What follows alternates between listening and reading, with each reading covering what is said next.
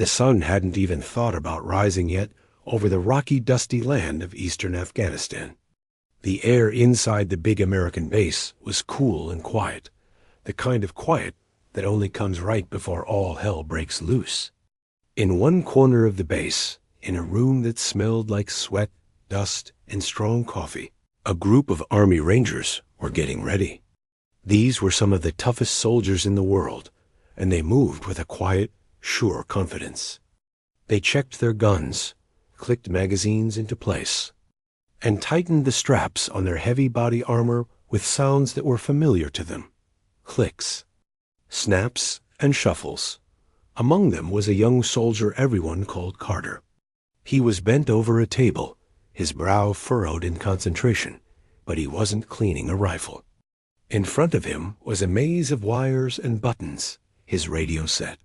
Carter was the platoon's RTO, their radio telephone operator. In this digital age, he was their lifeline, the man who talked to headquarters, who called for help, who made sure everyone was talking to each other. His hands moved over the equipment with a gentle, knowing touch. When it came to radios and communication, Carter was a wizard. The others would come to him with a busted piece of gear, and he'd have it humming again with a flick of his wrist. But if you put a rifle in his hands, the story was very, very different. It was the biggest, friendliest joke in the whole platoon. On the shooting range back home, Carter was famous for all the wrong reasons. While the other guys could hit a small target from hundreds of meters away, Carter's shots would sometimes hit the dirt right in front of the target, or fly off to the side into the next target over. No one understood it. He was strong, he was brave, he followed orders perfectly. But for some reason, when he looked down the sights of his rifle, something just didn't connect. His shooting scores were the lowest anyone had ever seen. The guys had given him a nickname because of it, Stormtrooper. It was a joke from those old space movies about soldiers who couldn't hit anything. And Carter, to his credit, always laughed along. He'd shrug his shoulders and say, "That's why I've got this," and pat his radio. He never let it show that the name, even in fun, sometimes pinched a little. His best friend in the unit, a serious, sharp-eyed sergeant who was one of the platoon's 2 snipers, finished checking his own powerful, long-range rifle. He walked over and clapped a heavy hand on Carter's shoulder. "You got all your magic boxes charged up, Stormtrooper?" he asked, a small smile on his face. "Always do." "Sarge," Carter replied, not looking up from a connection he was testing. The sergeant leaned in closer, his voice dropping to a more serious, but still kind, tone. "Just keep the cums singing tonight. You keep us talking, we'll do the talking with the bullets. Deal?" Carter finally looked up and met his friend's eyes. He gave a real smile and a firm nod. Deal. That was their understanding. Carter protected them with his voice over the airwaves. The others protected him with fire. It was a good deal, and it worked. He was a vital part of the team, just in his own way. The lieutenant, their young leader, called them all together. His face was all business. "Listen up," he said, his voice low and steady. "We've got a chance to grab a big fish. A Taliban commander who's been causing a lot of trouble is hiding out in a village about 20 clicks from here. We go in fast, we grab him, we get out. In and out before the sun's up." He pointed to a blurry satellite picture on the wall. "This is the house, simple." The men listened, their faces like stone. They'd done this a dozen times before, but there was always a tightness in the stomach, a feeling in the air before a mission. Carter felt it too. He double-checked his radio's main battery for the 3rd time as they filed out towards the waiting helicopters. Their heavy boots crunching on the gravel, the usual last-minute jokes flew around. Someone whispered, "Hey, Stormtrooper, try not to shoot your own foot." A few guys chuckled. Carter just shook his head and climbed into the dark belly of the helicopter. The roar of the helicopter blades was so loud it shook their bones. The world outside the open door was a black nothing. Carter sat squeezed between his buddies, feeling the weight of his radio pack on his back, heavier than any rifle. He looked around at the faces of the men he lived with, fought with, and would die for. They were silhouettes in the red cabin light, some with eyes closed, some chewing gum, all lost in their own thoughts. He thought about his job. His fingers traced the familiar shape of his radio handset. Tonight, like every night, the safety of these men, his brothers, would depend on his voice being clear and his equipment working perfectly. He was okay with that. He was proud of that. Let the others be the sharpshooters. He would be the one who called for the helicopter when it was time to go home. The helicopter began its sudden, stomach-dropping descent. The pilot's voice crackled in Carter's headset. 1 minute. The men all snapped into action, checking their gear one last time. The back ramp of the helicopter lowered, letting in a blast of cold, dusty wind. The world outside was still pitch black. The sergeant, his sniper rifle already in his hands, caught Carter's eye one more time. He gave him a quick, solid nod. It wasn't a joke this time. It was a message. Asterisk, get ready. Watch my back. Asterisk Carter nodded back, the noise of the rotors swallowing all sound. Then, with a unified rush, they all poured out of the helicopter and into the waiting darkness of the Afghan night. Carter's boots hit the hard, rocky ground. The helicopter lifted off behind them, its noise fading quickly, leaving them in a silence that felt even louder. For a few moments, all he could hear was the ragged sound of his own breathing inside his helmet. The mission had begun. His part was to stay quiet, stay connected, and keep his friends talking. It was a job he knew he could do. Asterisk. The silence after the helicopter left was thick and heavy. It wasn't a peaceful quiet.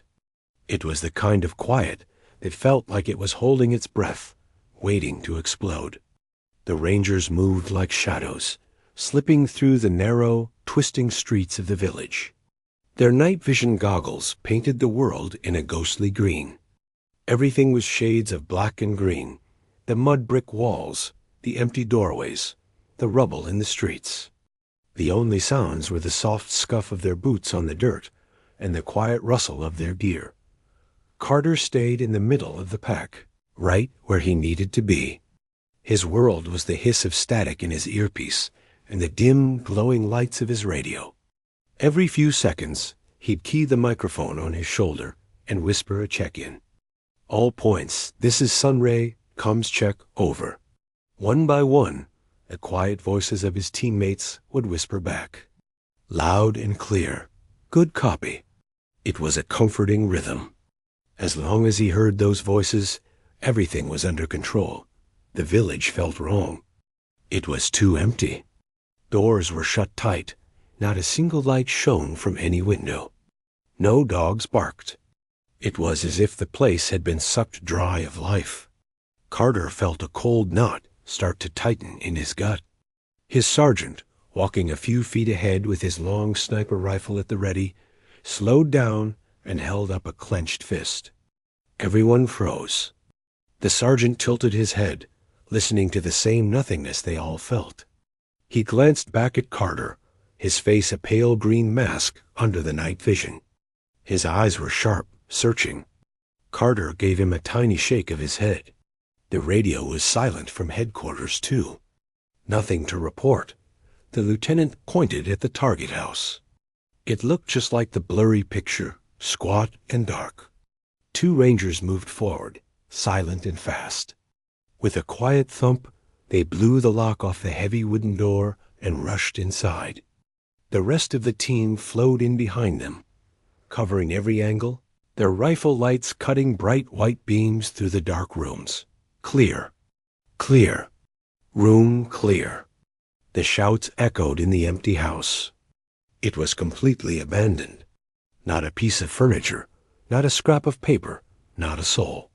The cold knot in Carter's stomach turned to ice. This wasn't right. This was a trap. He saw the same understanding flash across the lieutenant's face. Just then, a frantic, crackling voice burst in Carter's earpiece.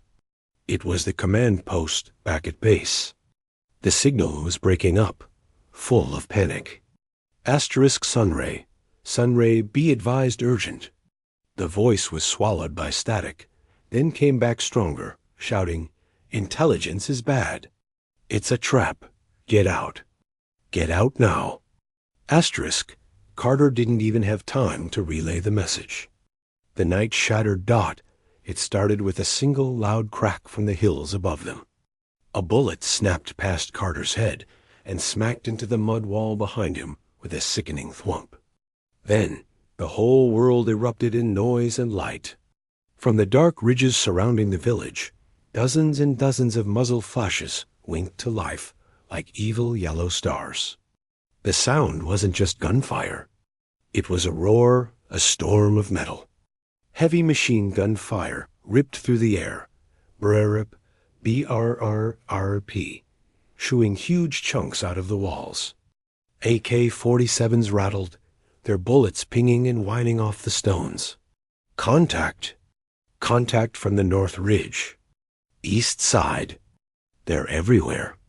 Men were shouting, but their voices were tiny against the enormous noise of the battle.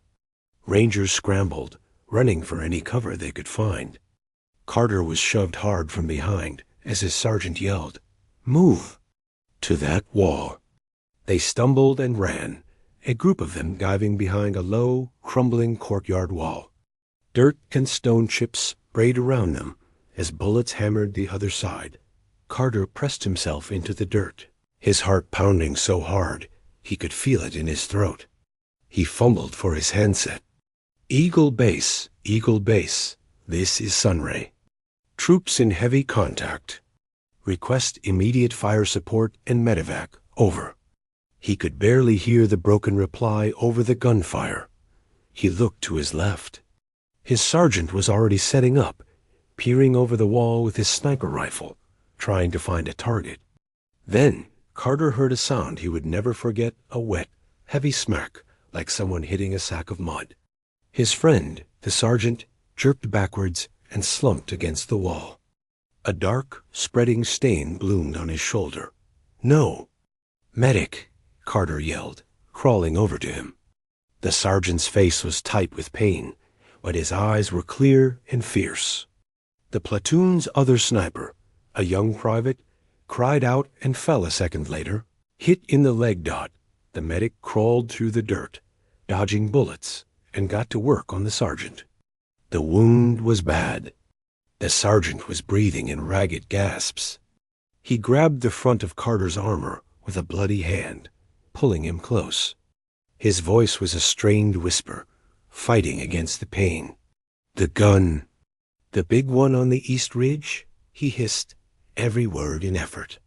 It's pinning us, keeping the birds away. He coughed, his eyes pleading. My rifle. Take it. You have to silence it. Or we're all dead here. He pointed a trembling finger at the beautiful, expensive sniper rifle lying in the dust next to him. Carter stared at it like it was a poisonous snake. The world seemed to shrink to that weapon. The noise of the battle faded into a dull roar in his ears. Him? The stormtrooper? The worst shooter in the regiment? He couldn't. He was the radio guy. His job was voices, not bullets. He looked over the wall for a split second.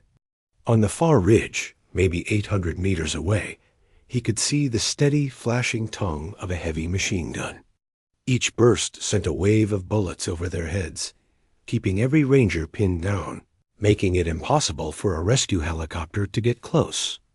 That gun was the key to the whole trap, and the only two men trained to take it out were lying bleeding in the dirt. The lieutenant scrambled over, ducking low. He saw the sergeant, saw the rifle, saw the terror on Carter's face. He understood immediately. He put a firm hand on Carter's back. Carter, he said, his voice calm but leaving no room for argument. You're it. You're all we've got. Get on that roof and kill that gunner." The order hung in the smoky air. It wasn't a suggestion. It was the last desperate play.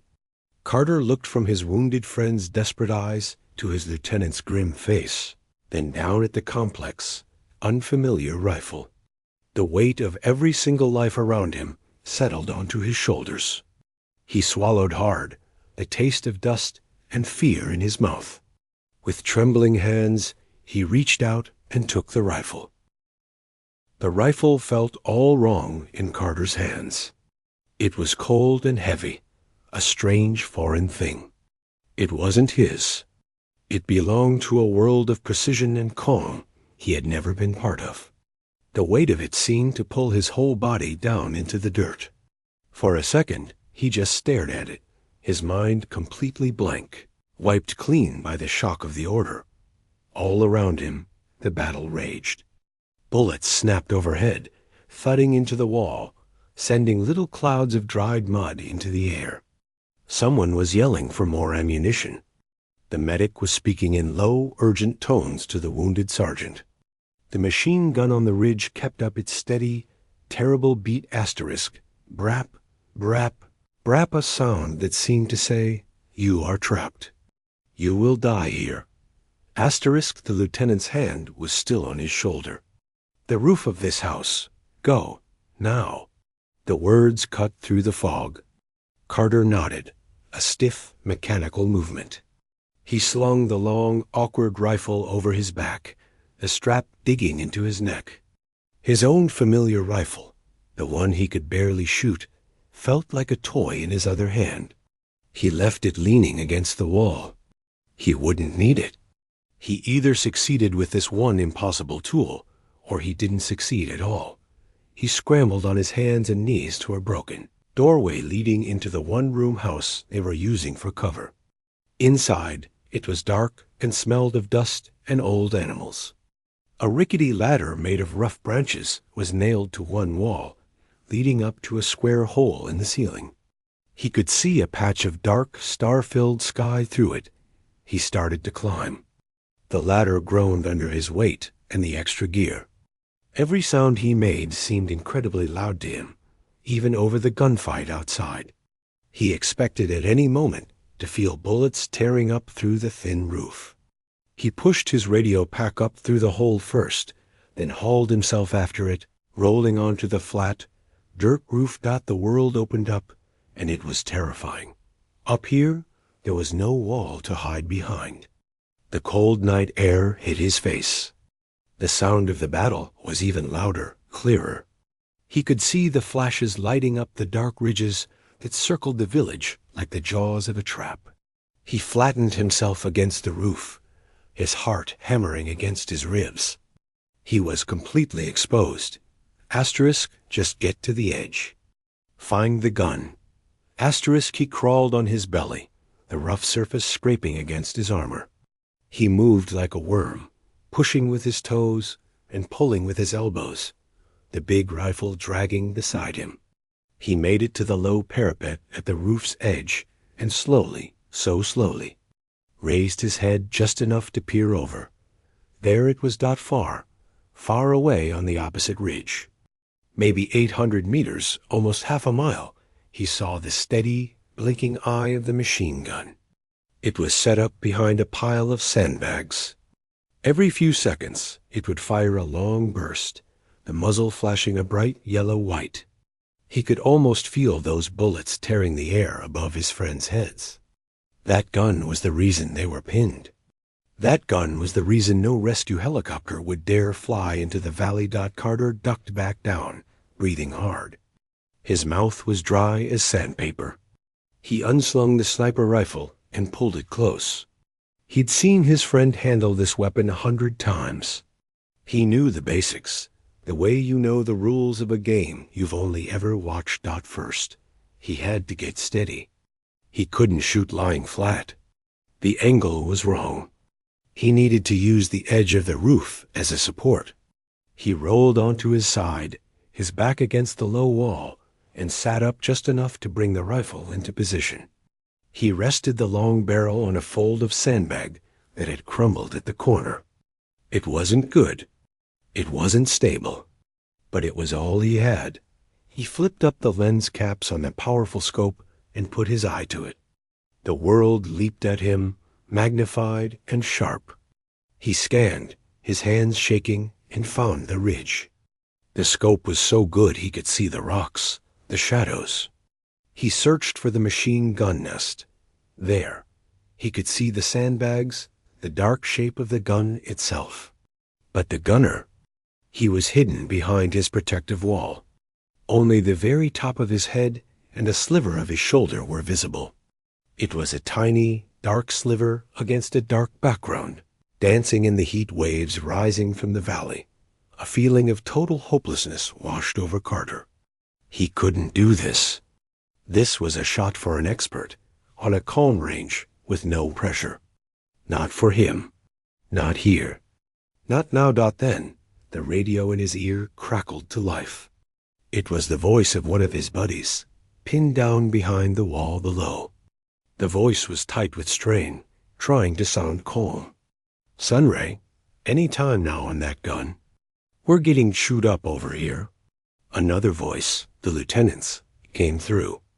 "Take your time, Carter." 1. For a heartbeat that felt like an hour, there was only chaos in the scope. The rifle's powerful kick had thrown the view up into the starry sky, then back down across a blur of dark rocks. Carter's stomach was a tight, cold ball of dread. He fumbled, his hands shaking worse than ever, trying to drag the scope back to the spot on the ridge. The noise of the battle seemed to swell, as if the enemy knew he had tried and failed. He finally found the line of the ridge. His eyes scanned frantically, searching for the flashing tongue of the machine gun. He looked for the sandbags, for any movement. There was none. The machine gun was silent. He centered the scope on the nest. The gun was still there, a dark shape behind the bags. But the steady, punishing rhythm of its fire had stopped. And then he saw it. A slumped, dark form was now visible over the top of the sandbags, where before only a head had shown. The gunner was not moving. Carter didn't feel triumph. He didn't feel relief. He felt a strange, hollow emptiness. He had just taken a human life from half a mile away. It didn't feel real. It felt like a video game, but the silence ringing from that ridge was terribly, awfully real. From down below, a voice shouted, not over the radio, but straight up into the air. "The gun's down. The big gun's down." The effect was instant. The enemy fire didn't stop, but a critical piece of it had been ripped away. The most terrifying sound, the one that had pinned them in place, was gone. The lieutenant's voice, sharp and clear, came through Carter's earpiece. "Good effect. Carter, stay on that roof. Spot for us. Talk us onto targets." The order snapped Carter out of his daze. He wasn't done. The shot was just the start. Now he had to use his eyes. He was the only one with this view. He swallowed hard, pushing the hollow feeling down deep. He keyed his microphone, his voice sounding raspy and strange to his own ears. "Roger, I'm up." He became the platoon's new eyes. With the powerful scope, he could see what the men trapped in the streets and behind walls could not. He saw muzzle flashes from a second-story window in a distant building.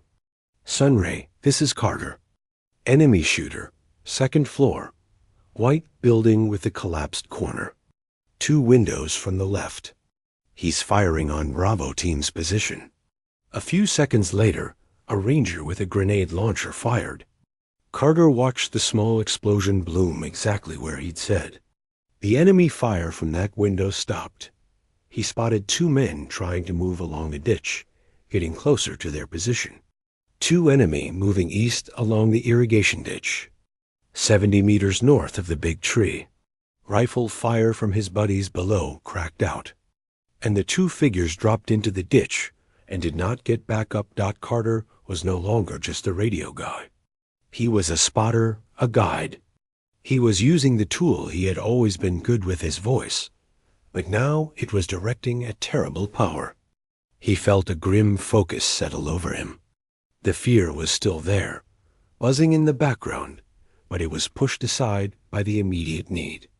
Call out the threat. Save the man next to you. Save the man after that. The silence from the heavy machine gun had changed the fight. The insurgents, confused and losing their biggest advantage, began to fire more wildly. More importantly, the sky was no longer a death trap. A new sound entered the chaos, a deep thrumming roar from above. Carter looked up from his scope. Two dark shapes, like angry hornets, appeared over the southern ridge. Attack helicopters. The radio buzzed with a new, calm professional voice.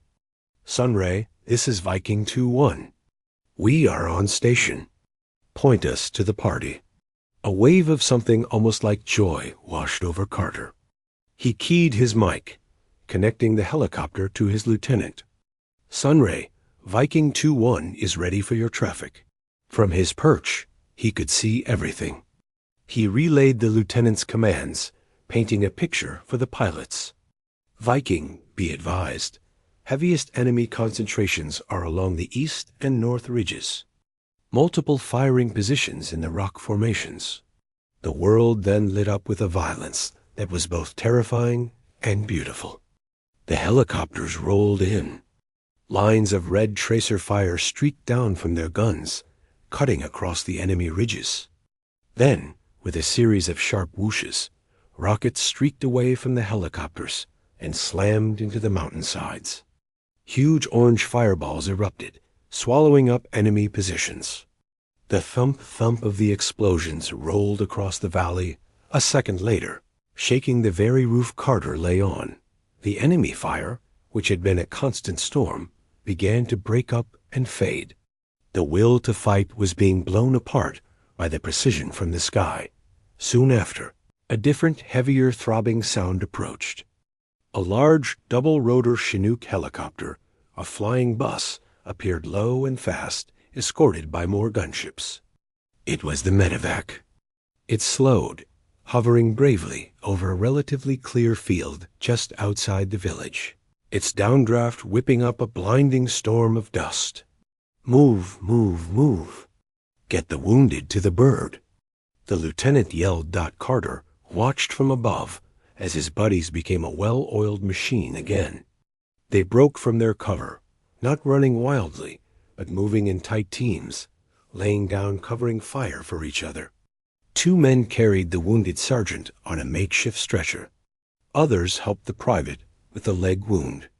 They moved through the swirling dust and disappeared into the open back of the helicopter. The Chinook lifted off, climbing steeply and banking away, its mission done. With the wounded gone and the enemy in disarray, the lieutenant gave the order to pull back to the exfil point. The Rangers began to move out of the village, firing and moving, a disciplined retreat. Carter's job from the roof was done. He took one last look through the scope at the silent machine gun nest on the ridge. The slumped figure was still there. He looked away quickly, a cold shiver running through him. He crawled back from the edge, slung the heavy rifle over his back again, and climbed back down the shaky ladder into the dark house. The room was empty now, just spent bullet casings glittering on the dirt floor. He stepped out into the courtyard. The sound of gunfire was distant now, just occasional pops as the platoon covered their withdrawal. A ranger slapped him on the arm as he ran past. "Hell of a shot, radio man." Carter didn't answer. He just fell into line with the others, moving back through the shattered village, the weight of the sniper rifle on his back feeling different now. It wasn't a foreign object anymore. It was a weight he had carried, and it had changed everything. The ride back in the helicopter was the complete opposite of the ride out. The tension was gone, but it wasn't replaced by joy. It was replaced by a deep, bone-tired exhaustion and a quiet that felt heavy. Men sat slumped against the metal walls, their faces smeared with dirt and sweat, their eyes staring at nothing. Some slept, their heads lolling with the vibration of the aircraft. The only sounds were the deafening roar of the engines and the rhythmic thump, thump, thump of the rotor blades. Carter sat among them, the sniper rifle cradled across his lap. His fingers traced the cold metal of the scope, now covered in a fine layer of dust. He kept seeing it, the crosshairs, the dark ridge, the tiny, distant figure that had stopped moving. The image was stuck in his mind, playing over and over. He had done what he had to do to save his friends. He knew that in his head. But his heart and his stomach were still catching up. No one spoke to him. There were no backslaps, no cheers. Not yet. The mission wasn't a victory. It was a survival. They had walked into a trap, gotten men shot, and were lucky to get out. The mood was grim. Carter was just another tired face in the dim red light. When the helicopter landed back at the base, the sun was finally coming up, painting the sky in pale oranges and pinks. It felt wrong that something so beautiful could follow a night so ugly. They shuffled off the bird, their gear feeling heavier than ever. The first thing they did was head to the medical tent. They needed to see their wounded. The sergeant was on a cot, awake.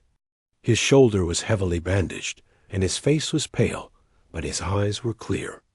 The medic said he would be okay, that he was tough, and the bullet had missed anything vital. When he saw Carter standing at the foot of his cot, a slow, tired smile spread across his face. He didn't say good job or thanks. He just looked at the rifle still in Carter's hands and asked, his voice hoarse, "One shot?" Carter looked down at the weapon, then back at his friend. He nodded. Just once. "One shot," he said, his own voice sounding rough. The sergeant's smile got a little bigger. He gave a small, weak nod of his own and closed his eyes. "Knew you were listening," he whispered before drifting off to sleep. Those words, more than anything else, loosened the tight knot in Carter's chest. Later that morning, after they had cleaned their weapons and themselves, the lieutenant called them all together. They stood in a half-circle, looking drained. The lieutenant looked at each of them, his own face lined with fatigue.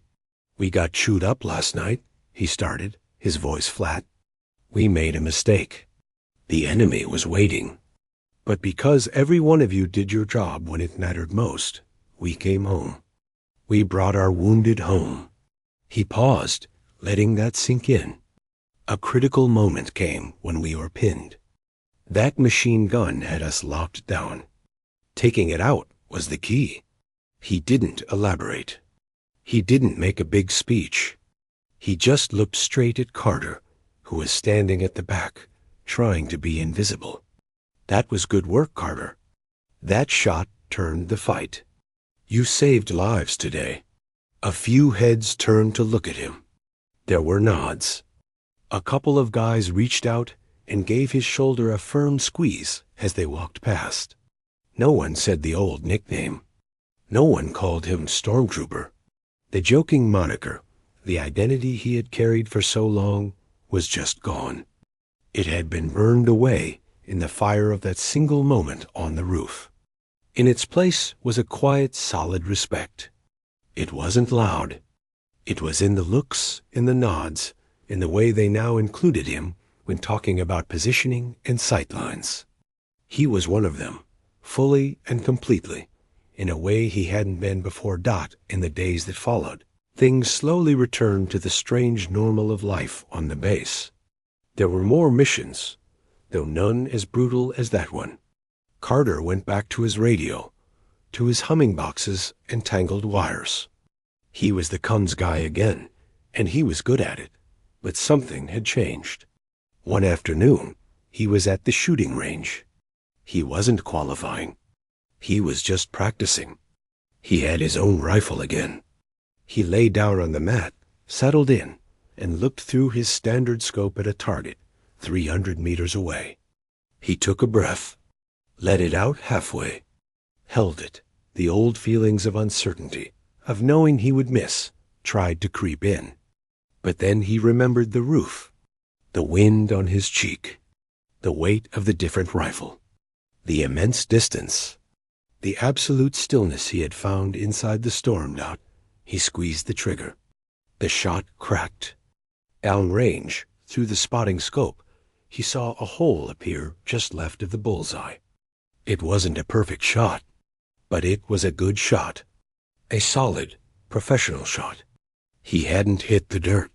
He hadn't missed the target entirely. He didn't become a master sniper.